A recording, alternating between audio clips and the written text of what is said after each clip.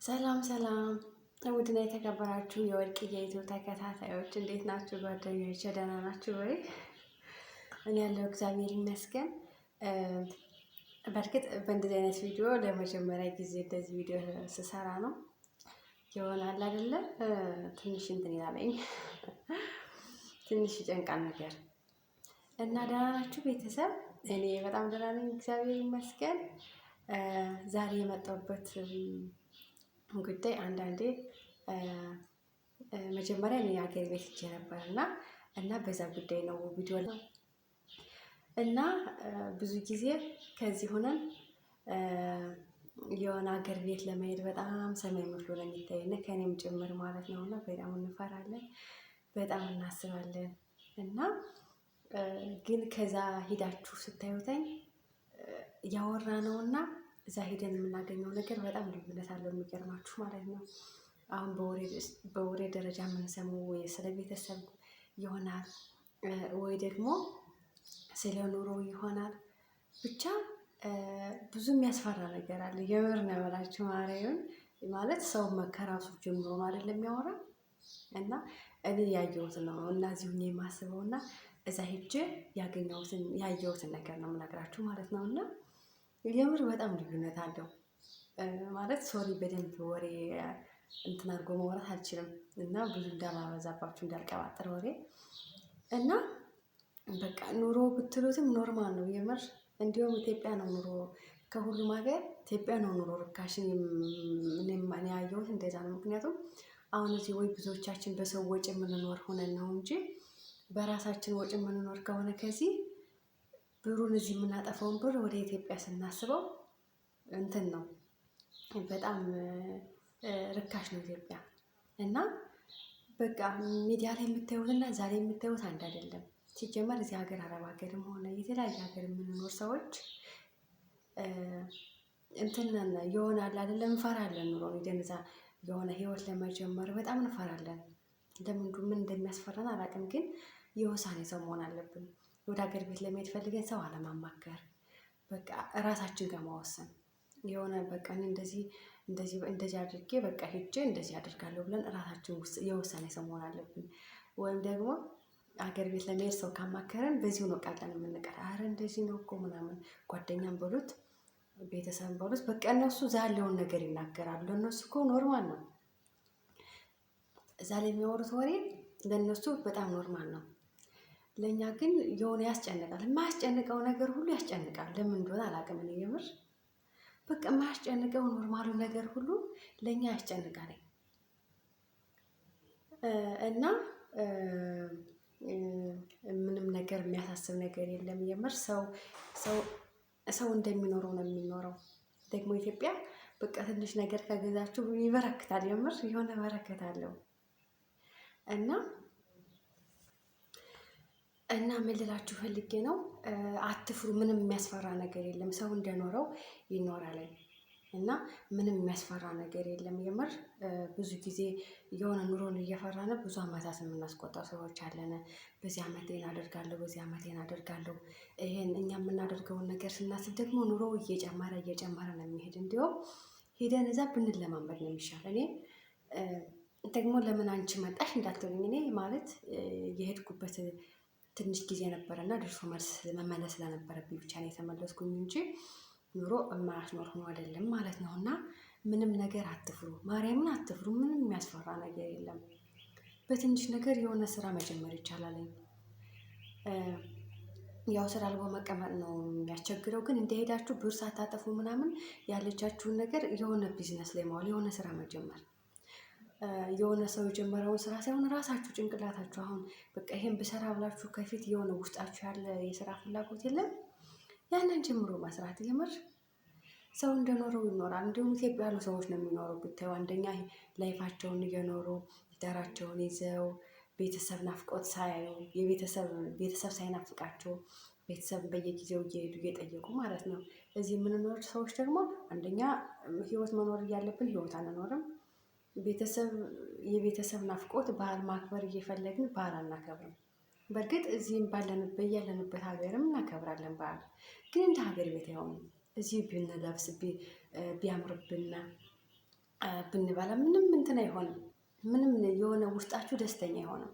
ከጭንቀት ምንም ብታደርጉ ከጭንቀት አትገላገሉም። የምር እዛ ግን እንቅልፍ ራሱ ጥሩ እንቅልፍ ነው የሚተኛው። እኔ የምር እኮ ነው እያወራሁ ያለው ማርያምን። እንቅልፍ ራሱ የምተኙት እንቅልፍ ማለት ነው የእውነት ነው እንቅልፍ የምትተኙት። ሰላም አለ እዛ ላይ። ምክንያቱም ሁሉን ነገር በአይናችሁ ስለምታዩተኝ በወሬ ስለማትሰሙ ምንም የሚያሳስብ ነገር የለም እና ምንም የሚያስፈራ ነገር የለም። አገር ቤት ልሄድ ብላችሁ ለምትፈሩ ሰዎች ነው ይሄ ቪዲዮ ማለት ነው። እና ቤተሰብ ይሄን እንደዛ ነው እላችኋለሁ። ምንም ነገር የሚያስፈራ ነገር የለም።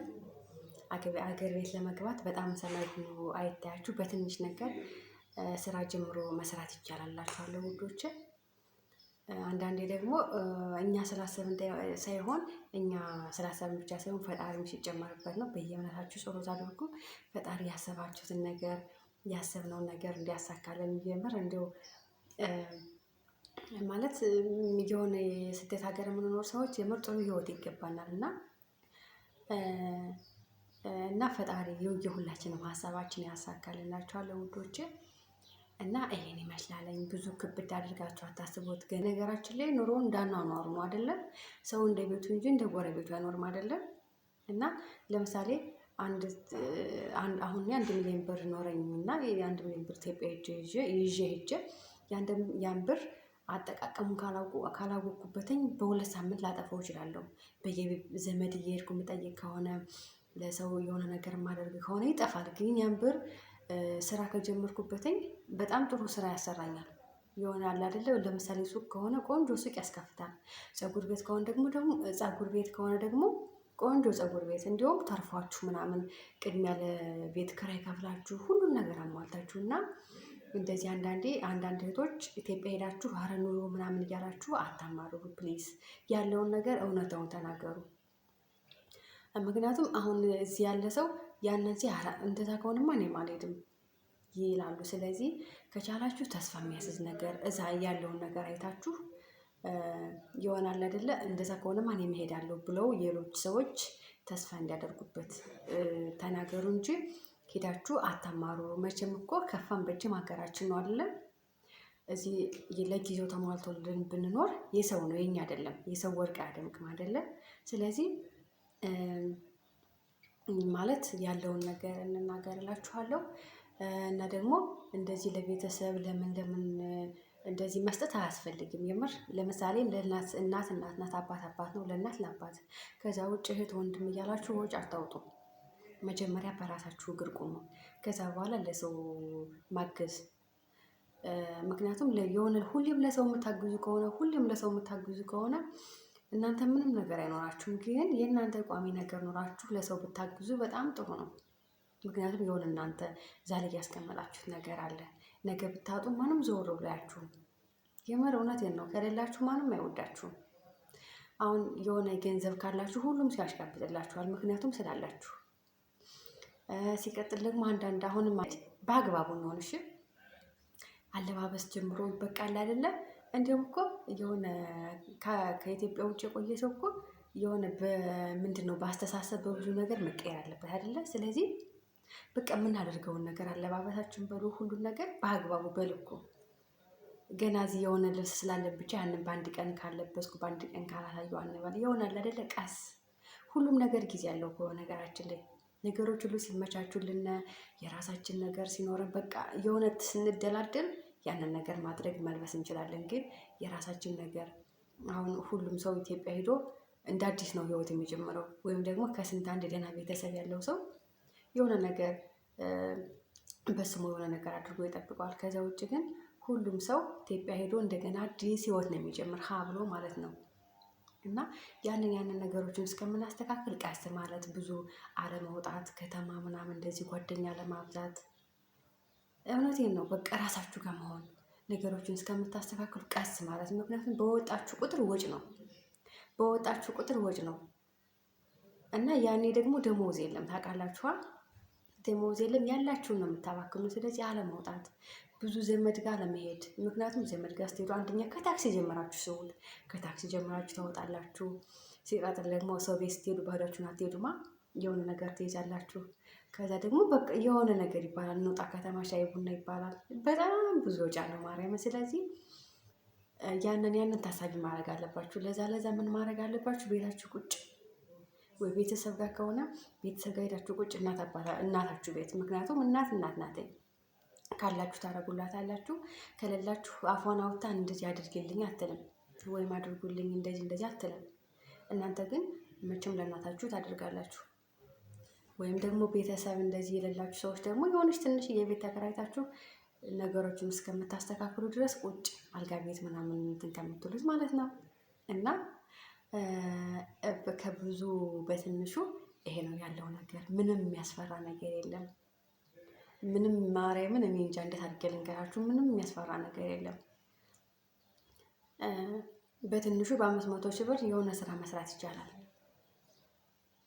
አሁን 500 ሺህ ብር እዚህ ሆነን ስናየው በቃ ምንም አያደርግም ብለን ነው የምናስበው። ግን እዛ ላይ ዋጋ አለው ማለት ከሰራንበት ነው። ካጠፋ ነው እንዳልኳችሁ ነው።